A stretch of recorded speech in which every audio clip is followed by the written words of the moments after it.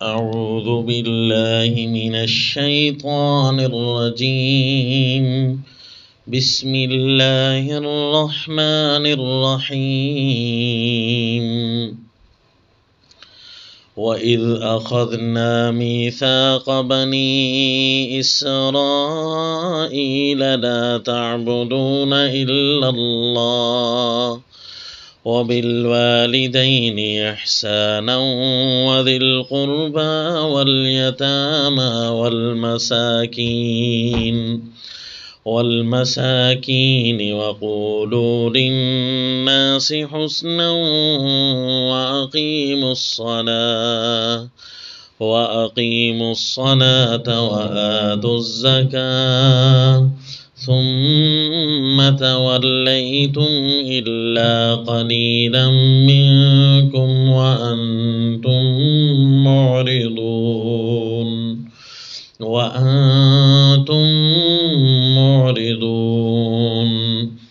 وصلی اللہ علی النبی الکریم۔ سورۃ البقرہ آیت نمبر 83۔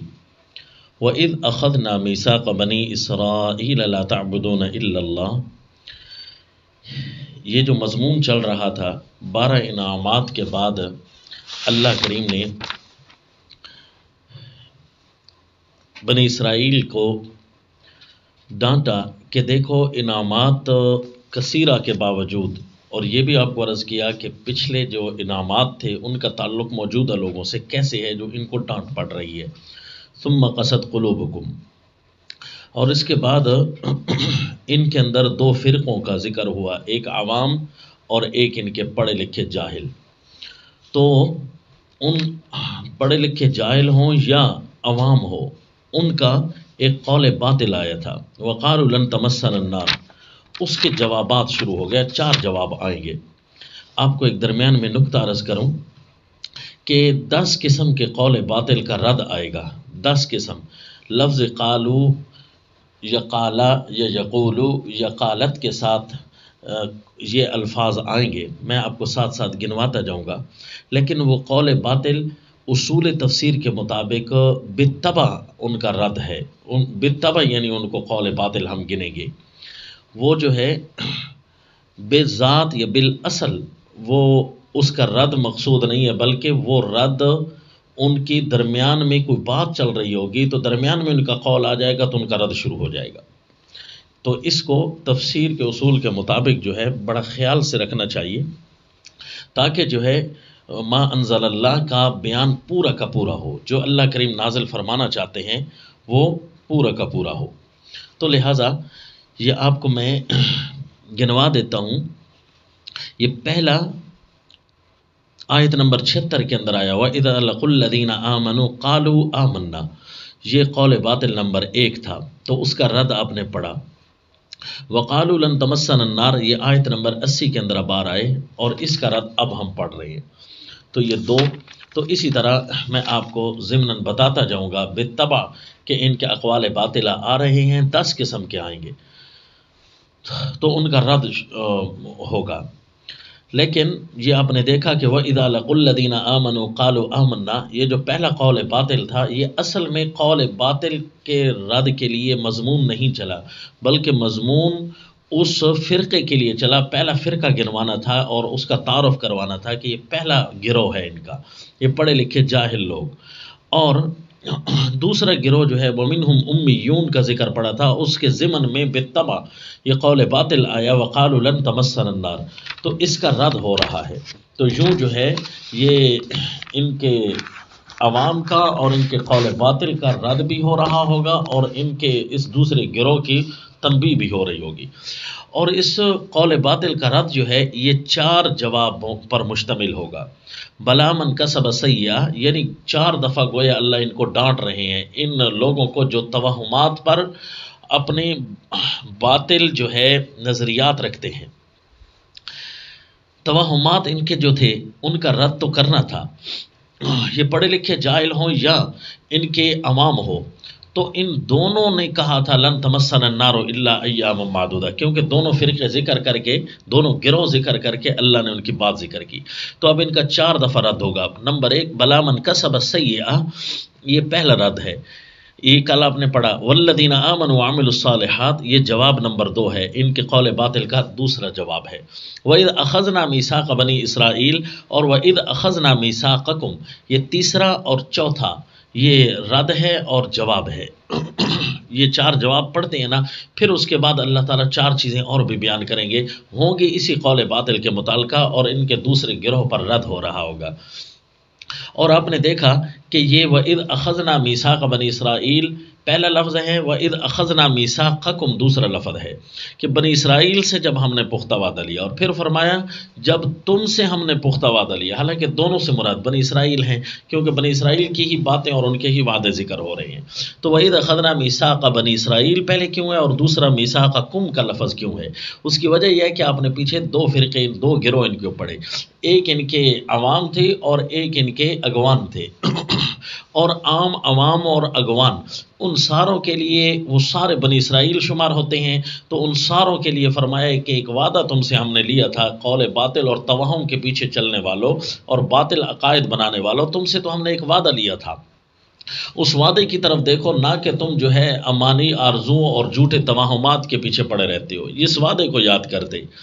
اور دوسرا وَإِذْ أَخَذْنَا مِيثَاقَكُمْ سے صاحب اقتدار طبقہ اور ان کے اگوان اور ان کے پڑھے لکھوں کو خطاب ہے، جو اپنے ذام میں پڑھے لکھے ہیں حقیقت میں جاہل ہیں، تو اس لیے ان کو میثاقکم کے لفظ سے تعبیر کیا، یعنی یہ سارے بنی اسرائیل کے لیے یہ دوسرا وعدہ نہیں ہوگا، بلکہ صرف ان کے اگوانوں سے اور ان کے صاحب اقتدار طبقہ لوگوں سے خطاب ہوگا، تو اس لیے میثاقکم کا لفظ ہے۔ لیکن یہ تیسرے جواب پر مشتمل ہے، وَإِذْ أَخَذْنَا مِيثَاقَ بَنِي إِسْرَائِيل، جب انہوں نے کہا تھا نا کہ لن تمسنا النار الا ایاما معدودہ، تو ان کا قول باطل تھا، تو اس کا جواب دیا جا رہا ہے تیسرا کہ وَإِذْ أَخَذْنَا مِيثَاقَ بَنِي إِسْرَائِيل، کہ اے توہمات کے پیچھے چلنے والوں، قول باطل بنانے والوں، دین کے نام پر اپنے فرسودہ خیالات بنانے والوں، جب ہم نے پوری بنی اسرائیل سے وعدہ لیا تھا ان باتوں کا کہ لا تعبدون الا اللہ، کہ عبادت صرف اور صرف اللہ کی کرنا، اب عبادت کا مفہوم آپ کے ذہن میں فوراً آ جائے گا، کیونکہ یا ایھا الناس اعبدوا کے اندر میں نے آپ کو بہت لمبا سبق پڑھایا تھا کہ عبادت صرف چند مذہبی رسومات کا نام نہیں ہے، نماز پڑھ لینا، زکوٰۃ دے لینا، صرف حج کر لینا، قربانی کر لینا، ان چند چیزوں کا نام عبادت نہیں ہوتا، رکوع سجدے کا نام عبادت نہیں ہے، بلکہ عبادات ان چیزوں کا بھی نام ہے، اور تمام کے تمام احکام، اپنے سماجیات، اپنی دکانیں، اپنے بازار، اپنی عدالتیں، اپنے محکموں میں ہر قسم کا سچا قانون لاگو کرنا، یہ بھی اللہ کی عبادت کا حصہ ہے۔ اس لیے لا تعبدون الا اللہ کا مطلب یہی ہوگا کہ عبادت نہ کرنا، انتہا درجے کی عاجزی سوائے اللہ کی کسی کی نہ کرنا۔ نمبر 1 وبالوالدین احسانا، بنی اسرائیل سے تو ہم نے یہ وعدہ لیا تھا کہ اپنے والدین کے ساتھ حسن سلوک کرنا، اور وذی القربی والیتامی والمساکین، قریبی رشتہ داروں کے ساتھ حسن سلوک کرنا، جو بھی اس کی ضرورت کے ہوں، چاہے کافر کیوں نہ ہو، ان کے ساتھ حسن سلوک کرنا ہے، قریبی رشتہ دار ہو، یتیم ہو، مسکین ہو، چاہے جو بھی ہو، ان کے ساتھ حسن سلوک سے پیش آنا ہے۔ یہ بات الگ ہے کہ ان کی مذہبیات میں ہم ان کا حصے دار نہیں ہوتے۔ یتیموں اور مسکینوں کے ساتھ، یتیم وہ ہیں نابالغ جو کہ جن کے والدین دنیا سے رخصت ہو جائیں یا والد دنیا سے رخصت ہو جائیں، والمساکین محتاج کو کہتے ہیں، جن کے پاس ضرورت کی پوری چیزیں نہ ہوں، وقور، اس لیے ان کے ساتھ احسان سے پیش آنا ہے، والدین کے ساتھ احسان کے ساتھ پیش آنا ہے، کیونکہ انہوں نے آپ پر اپنی جان لگا دی تھی، تو جب کمزور ہو جائیں تو تم ان پر اپنی جان لگا دو۔ وقولوا للناس حسنا، اور ہم نے تم سے یہ پختہ وعدے لیے تھے کہ لوگوں کے ساتھ کہنا نیک بات، حسنا نیک بات کہنا جو نیکی پر مشتمل ہو، اس کے علاوہ لوگوں کے ساتھ گفتگو کرنا، فضول باتیں کرنا، یہ مومن کی شان نہیں ہوتی۔ وَأَقِیمُوا الصَّلَاةَ، اور تم اپنی عبادات، تم اپنی منفردہ عبادات کے اندر بھی آپ نے اللہ کو یاد رکھنا، نماز قائم رکھنا۔ میں نے آپ کو الذین یقیمون الصلاۃ کے اندر بتایا تھا کہ نماز کے اندر اقامت کیسے بنتی ہے، جب تین اس کے اندر چیزیں موجود ہوں، خاشعون، یحافظون، دائمون، تین لفظ ہے۔ نماز پر ہمیشگی کرنی ہے، نماز کے آداب طور طریقوں کی حفاظت کرنی ہے، اور اسی طرح نماز کے اندر خشوع رکھنا ہے۔ اور کل خشیت کا معنی ہم نے پڑھا تھا کہ پرسکون ہو کر ایک اللہ کی یاد میں کھڑے رہنا ہے۔ اور وآتوا الزکاۃ، اور مالی عبادات میں زکوٰۃ ادا کرنا۔ یہ ہم نے تم سے پختہ وعدہ لیا تھا، تم توہمات کے پیچھے چل پڑے، جھوٹے نظریات کے پیچھے چل پڑے، افکار و خیالات، مذہب کے نام پر تم نے جو ہے من مانیاں شروع کر رکھی ہیں، حالانکہ ہم نے تو تم سے یہ پختہ وعدہ لیا تھا۔ ثم تولیتم، پھر تم پھر گئے، الا قلیلا منکم، مگر تھوڑے تھے تم میں سے، وانتم مورزون، اور تم ہی ہو اعراض کرنے والے۔ تم پھر گئے اور اعراض بھی کرتے رہے، ایک ہے نا پھر جانا، میں اس پر نہیں مانتا، اور پھر باقاعدہ طور پر اس کو اعراض میں شامل کر لینا کہ یعنی ہم نے اس کی طرف کبھی توجہ نہیں کی۔ یہ پھرنے کا بھی اگلا درجہ ہوتا ہے، یعنی اس سے بھی تم ہمیشہ ہمیشہ کے لیے تم نے یہ عادت بنا لی تھی۔ تم سے تو ہم نے یہ پختہ وعدہ لیا، اور اب تم کہتے ہو لن تمسنا النار الا ایاما معدودات۔ من مانیاں اور ذاتی افکار اور نظریات اور توہمات کو تم نے شروع کر رکھا ہے دین کے نام پر، نعوذ باللہ، دین کے نام پر من مانیاں کرنا یا اپنے اپنے عقیدے اور اپنی خوش فہمیوں میں مبتلا رہنا، یہ جائز نہیں ہے جب تک کہ فرائض کی پاسداری پوری نہ ہو جائے۔ کتنا زبردست جواب دیا، خوبصورت انداز کے اندر۔ اور پھر فرمایا کہ یہ جو تمہیں پٹی پڑائی ہے توہمات کی، یہ تمہیں گھڑ گھڑ کر عقیدے، تمہارے جھوٹے ملا ازم اور تمہارے اگوان یہ تمہیں پڑھا رہے ہیں نا، تو ان کو بھی خطاب کیا۔ وَإِذْ أَخَذْنَا مِيثَاقَكُمْ، چوتھا جواب بھی ہے اور ان کو خطاب بھی ہے، ان کے اگوانوں کو، جب ہم نے تم سے پختہ وعدہ لیا، لا تسفکون دماءکم، کہ نہ کرو گے آپس میں خون، دماءکم، نہ کرو گے، نہ بہاؤ گے آپس میں خون، یعنی تم ایک دوسرے کو قتل نہ کرو گے۔ ولا تو دماءکم کا معنی آپس میں، ولا تخرجون انفسکم من دیارکم، اور نہ نکالو گے اپنوں کو، انفسکم کا معنی اپنوں کو، من دیارکم، اپنے وطن سے، یعنی جب تم اقتدار میں آ جاؤ یا تمہیں کوئی پاور آ جائے تو ایک دوسرے کے خون کرنا، ایک دوسروں کو گھروں سے نکالنا، جائیداد کے نام پر جھگڑے کرنا، یا ان کو قومیت کے جھگڑے، وطنیت کے جھگڑے۔ ثم اقررتم، پھر تم نے اقرار بھی کر لیا، وانتم تشہدون، اور تم مانتے بھی ہو، یعنی تم شہادت دینے والے بھی ہو اس مسئلے پر، تم مانتے بھی ہو، شہادت دینے والے ہو اس مسئلے پر کہ واقعی یہ تم سے ایک الگ قسم کا وعدہ لیا تھا۔ ثم انتم ہؤلاء، پھر تم وہ لوگ ہو کہ ویسے ہی خون کرتے ہو آپس میں، تقتلون انفسکم، ویسے ہی مارتے ہو، خون کرتے ہو، قتل کرتے ہو اپنے آپس میں، وتخرجون فریقا، اور نکال دیتے ہو اپنے ایک فرقے کو، فریقم منکم، اپنے ایک جماعت کو، من دیارکم، اپنے گھروں سے، اپنے وطن سے، پھر تم ہی ہو، لڑے بھی صحیح اور ایک دوسرے کو نکالا بھی صحیح۔ تظاہرون علیہم بالاثم والعدوان، چڑھائی کرتے ہو ان پر گناہ اور ظلم کے ساتھ، گناہ بھی کیا، چڑھائی بھی کی، اور ظلم و زیادتی بھی کی، بس جس کو جو موقع لگا دوسرے کو خراب کرنے کا، ظلم کرنے کا، تو اس کو جو ہے نا پیس ڈالا۔ تمہاری تو حالت یہ تھی کہ ظلم کا کوئی جو ہے راستہ اپنے ہاتھ سے جانے نہیں دیتے تھے۔ اچھا، تمہاری حالت یہ ہو گئی کہ تم جو ہے ایک دوسرے کو مارتے بھی ہو، ایک دوسرے کے خلاف ناجائز مدد بھی کرتے ہو۔ وہیں یاتوکم اسارا، اور اگر تمہارے پاس آئیں کوئی قیدی ہو کر، تفادوہم، تو اس وقت تم جو ہے بدلہ دے کر چھڑاتے ہو، تفادوہم، بدلہ دے کر چھڑاتے ہو، وَهُوَ مُحَرَّمٌ عَلَيْكُمْ إِخْرَاجُهُمْ، حالانکہ حرام ہے تم پر ان کا نکال دینا بھی، یعنی جب ان کے پاس قیدی آ جاتے تھے، اسی ضمن میں لڑائی ہو جاتی تھی، ایک دوسرے سے نکالتے تھے، قیدی آ جاتے تھے تو کہتے جی فدیہ دینا ثواب ہے، لہذا فدیہ دے کر ایک دوسرے کو چھڑا لیتے تھے۔ اور فدیہ دے کر ایک دوسرے کو چھڑا رہے ہو تو ابھی نکالنے میں امداد کس نے کی تھی؟ اگر دو ٹولے تم سے لڑ پڑتے تو ایک ٹولہ جو ہے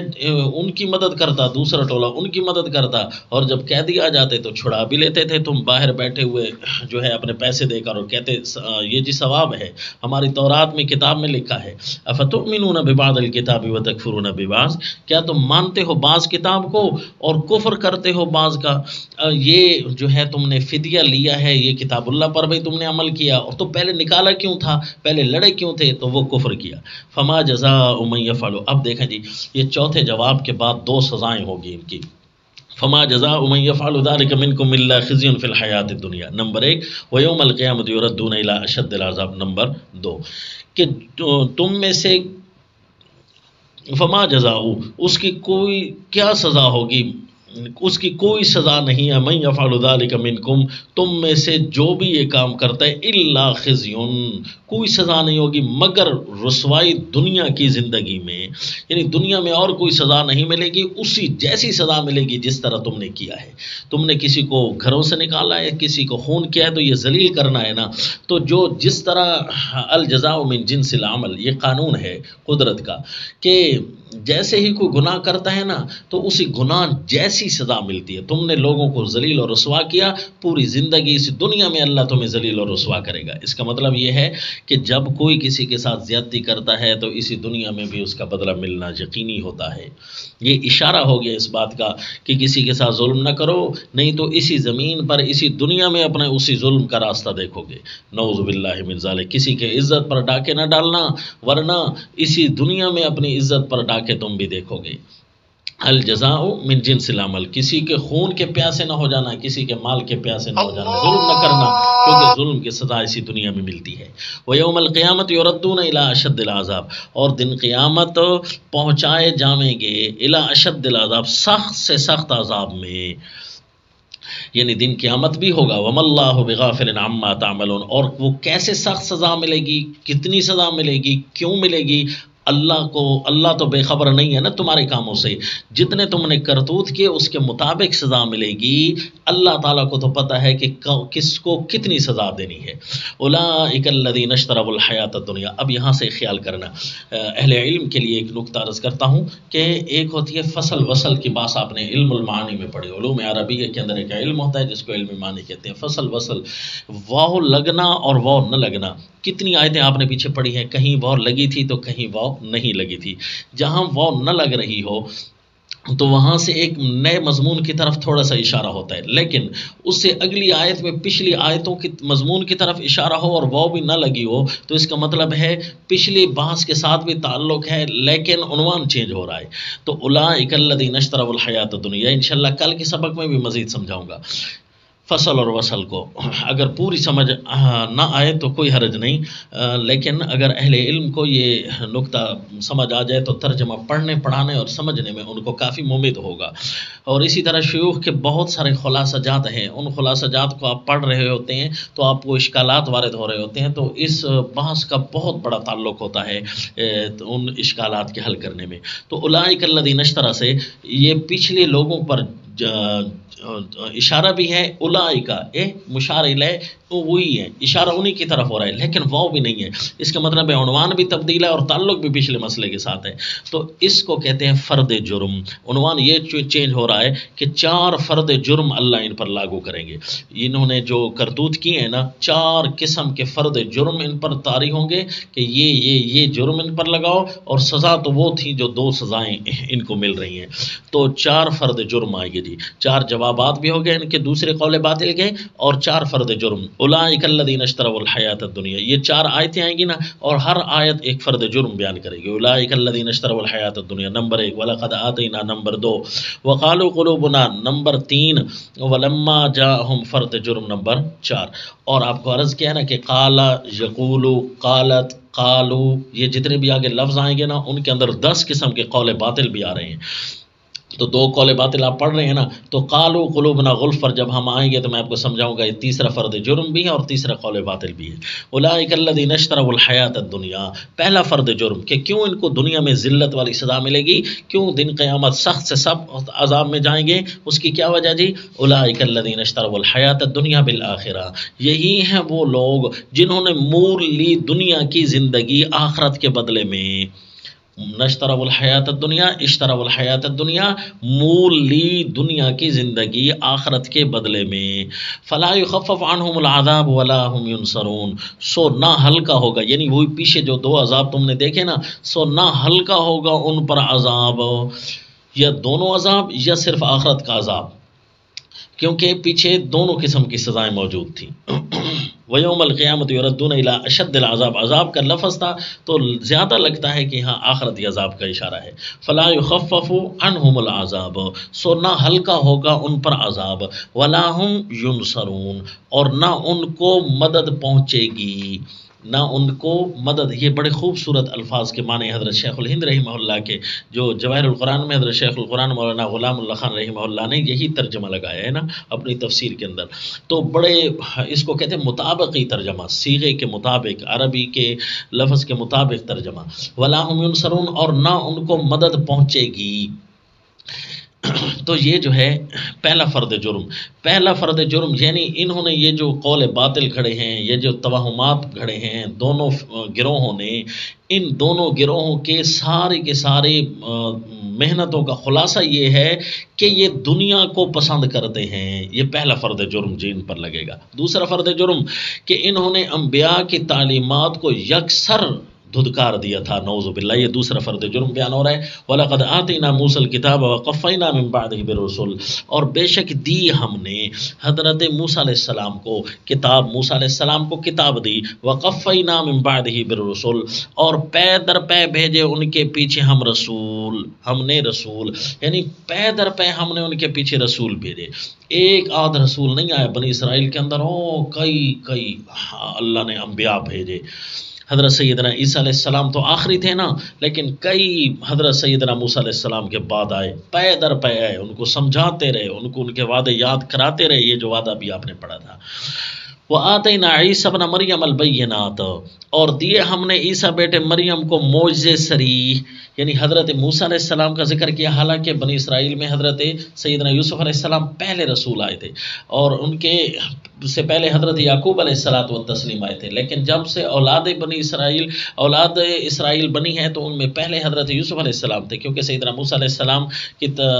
کے مومن کی تقریر میں یہ لفظ آئے گا کہ وَلَقَدْ جَاءَكُمْ يُوسُفُ مِن قَبْلُ بِالْبَيِّنَاتِ، سورۃ المومن میں آئے گا۔ لیکن تو اللہ تعالیٰ نے یہاں پر حضرت موسیٰ علیہ السلام کے بعد والے نبیوں کی طرف ذکر کیا، کیوں جی؟ اس لیے کہ کتاب اللہ نے جو بنی اسرائیل کی طرف بھیجی تھی وہ حضرت موسیٰ علیہ السلام کے ہاتھوں ہی بھیجی تھی، اور سیدنا موسیٰ علیہ السلام ہی پہلے پیغمبر ہیں جنہوں نے ایک دین جمہوریت کے بانی، زمین کے حکومت کے دعوے دار فرعون سے ٹکر لی تھی، یہ پہلے نبی تھے۔ اس سے پہلے انبیاء جو ہے یہ شرک کی تردید، غیر اللہ کی پکار کی شرک کی تردید کے لیے آئے۔ جب سے سیدنا موسیٰ علیہ السلام آئے تو انہوں نے الوہیت کے ساتھ مسئلہ حاکمیت کو ببانگ طحل بیان کیا تھا، تو اس لیے حضرت موسیٰ علیہ السلام کا ذکر کر کے آخری نبی کا ذکر کیا۔ وَآتَيْنَا عِيسَى ابْنَ مَرْيَمَ الْبَيِّنَاتِ، اور دی ہم نے عیسیٰ بیٹے مریم کو البینات، معجزے صریح بینات۔ البینات یہ اب صیغہ صفت کا ہے تو اس کا موصوف موصوف ہوگا، آیات بینات تھیں، نشانیاں واضح تھیں، یعنی وہ نشانیاں احکام بھی ہیں اور وہ معجزے بھی ہیں۔ حضرت عیسیٰ بیٹے مریم کے تفصیلی معجزے انشاءاللہ ہم پڑھیں گے، ایک لمبی فہرست ہے سورہ آل عمران کے اندر۔ تو فرمائے ان کو سمجھانے کی ہم نے کوئی کسر نہیں چھوڑی تھی۔ وَأَيَّدْنَاهُ بِرُوحِ الْقُدُسِ، سب سے مہنگے معجزات میں سے ایک معجزہ مہنگا یہ تھا کہ قوت دی ہم نے اس کو پاک روح کے ساتھ۔ وَأَيَّدْنَاهُ بِرُوحِ الْقُدُسِ، کہ سیدنا جبرائیل امین ان کی والدہ کے پاس آئے تھے اور ان کی تائید کروائی تھی، تو یوں سلسلہ کے تائیدات کا پڑا تھا۔ افکلما جاءکم رسول بما لا تہوی انفسکم، یہ فرد جرم عائد ہو رہا ہے۔ کیا بھلا جب بھی کوئی رسول آ جائے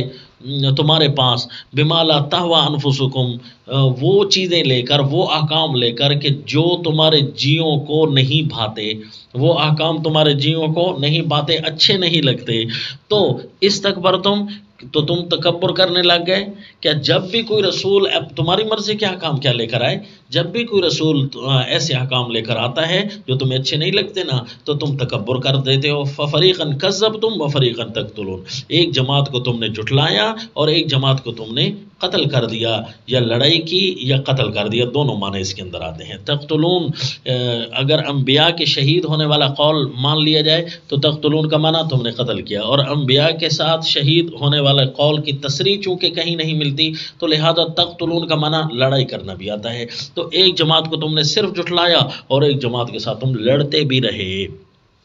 اچھا جی، تو یہ فرد جرم دوسرا عائد ہو گیا۔ اے توہمات میں رہنے والوں، اے منمانیاں کرنے والوں، انبیاء تو تمہیں آ کر سمجھاتے رہے تھے نا، سارے انبیاء کو تم نے جھٹلایا ہے، لہذا ایک نبی کو جھٹلانا سارے انبیاء کو جھٹلانا ہو جاتا ہے، یہی فرد جرم لگ جاتا ہے۔ دو فرد جرم، وقالوا قلوبنا غلف سے یہ تیسرا فرد جرم انشاءاللہ کل کے سبق میں۔ آج کا ہمارا وقت پورا ہوا، وما علینا الا البلاغ۔